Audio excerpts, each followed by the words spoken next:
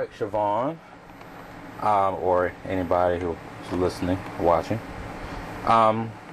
This is like my technique of using the pattern feature on the MO. Of course, the 6 and the 8 the same. So right now I have a blank pattern. I think when you first get it, they have, you know, all the they're already done for you. I kind of took them off, never used them. So here's a blank, and the first thing I would do, usually if I know my tempo, or if I know I want something slow or whatever, I'm just going to use 90. I'm just going to do 90. Try to keep it at under 10 minutes. I ain't got to do 2 separate videos for it. Okay. Over here is how many parts, you know, how many measures or beats you want for that particular pattern. So like I'm doing 4. So, and after the 4 it loops back over. Or I can do 8 or 9 or whatever you want to do. That's just how many beats you want before it loops over, or you want to go to the next phase. Now right now this is what's called a phase. A phase is just a pattern, and then if you want to go to the next one, like right now we're on phase A.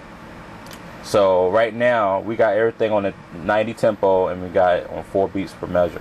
So, and you got 4 measures. So basically if I go to B, it's gonna be 4 measures unless you change it, depending on how you know, it's all in preference. So right now all default is a grand piano, and we can prove it by hitting mixing. And if you look at the mixer, everything is acoustic piano, aka full grand. So let's say we're going to record. Now my technique is I record my drum track first. So I'm going to hit record, and I'm going to hit F2, which is voice. I'm going to go to where it says PDR, and I'm just going to use that drum just for example. Okay, when you select your sound, when you're ready to go, you hit play to start recording. Of course, it's not going to be too well, but because I'm using my left hand, but okay.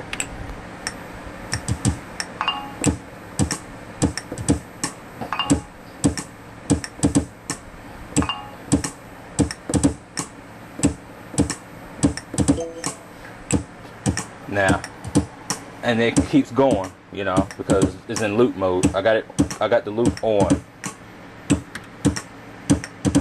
so I can just keep doing it, mess around with it.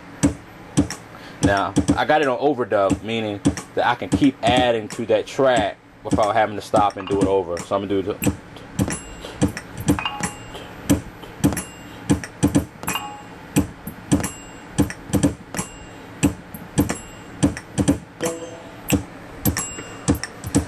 So now that's my little drum track.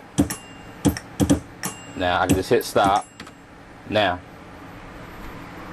I want to show you this because it's kind of important. Now these are all of your tracks, like for your voices. Now if you hit mute solo, basically what that does is you can mute the other tracks if you turn them off, so you can solo just that one track. If you hear something off, you can like mute them all off and just hear that particular track, and then you can do the necessary adjustments. Right now I have it on 1 because that's my drum track. In this case, I separate my drum track, which is a great feature on here. So you go to job, and then you can go to track. Now where it says number 5, divide drum track, go there, hit enter. It's gonna say where's the drum track at. It's on track 1. So that's it. Bam. So if I go to mixing, now we saw nothing but acoustic pianos, APs all over the place. Now you should see about 3 DRs, which is drum. So they put one on 1, they put one on 4, and they put one on 8.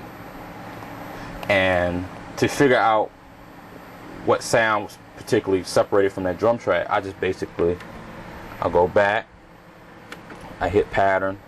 Now I'm gonna go hit mute solo. I'm gonna hit 4 and 8. Now you got your 3 tracks. So now 8 is my triangle that I did earlier. My rim shot is 4, and they put my bass on 1. So now I can adjust. If I want effects just on the triangle, I can just go to track 8, select track 8, and do my effects or whatever. So now I'm going to add I'm just going to do electric piano sounds, maybe probably do like simple 4 3 6 5 1 4 like that. So I hit record, go to voice, go to the sound that I want. Could have done it a lot quicker, but it's alright. I like contempo. So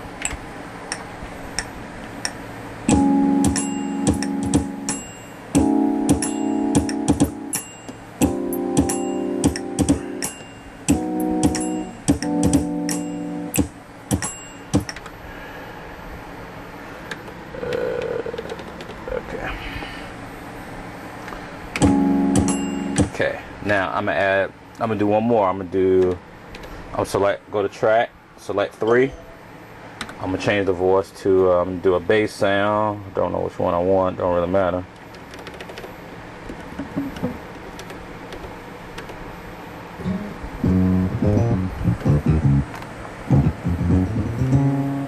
So here we go.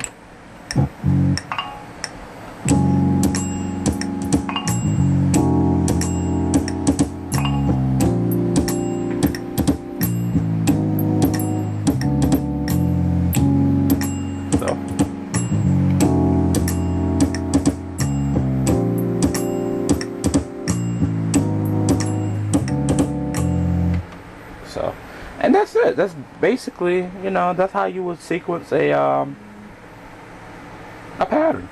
Now, let's say you want to chain it. Let's say you want to change it. Chain it so it'll go to a next phase. So, all you do is you go to phase B. Now, let's say you want to keep the same drum track, right? And I'm on phase B. So what I'm going to do, I'm going to hit job. I'm going to go where it says track, which is already there in most cases. Go to number 1 and go to copy track. You see this. And basically, it's telling you where you want to copy from and where you want to copy to.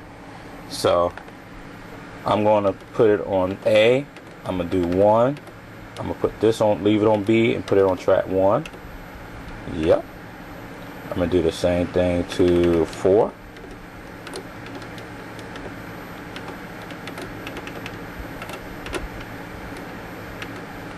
And I'm going to do the same thing to 8.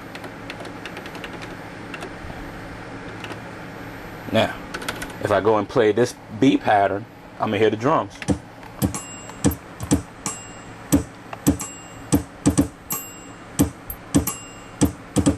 Okay? Then, same thing applies. I'm going to select track 2. It's already set up for whatever sound I want. So I did this.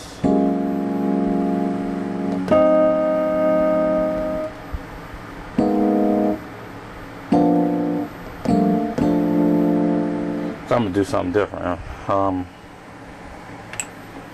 Let's see.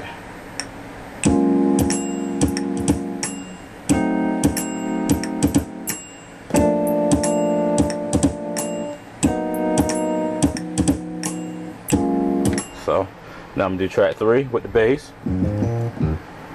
Here we go. Hit record.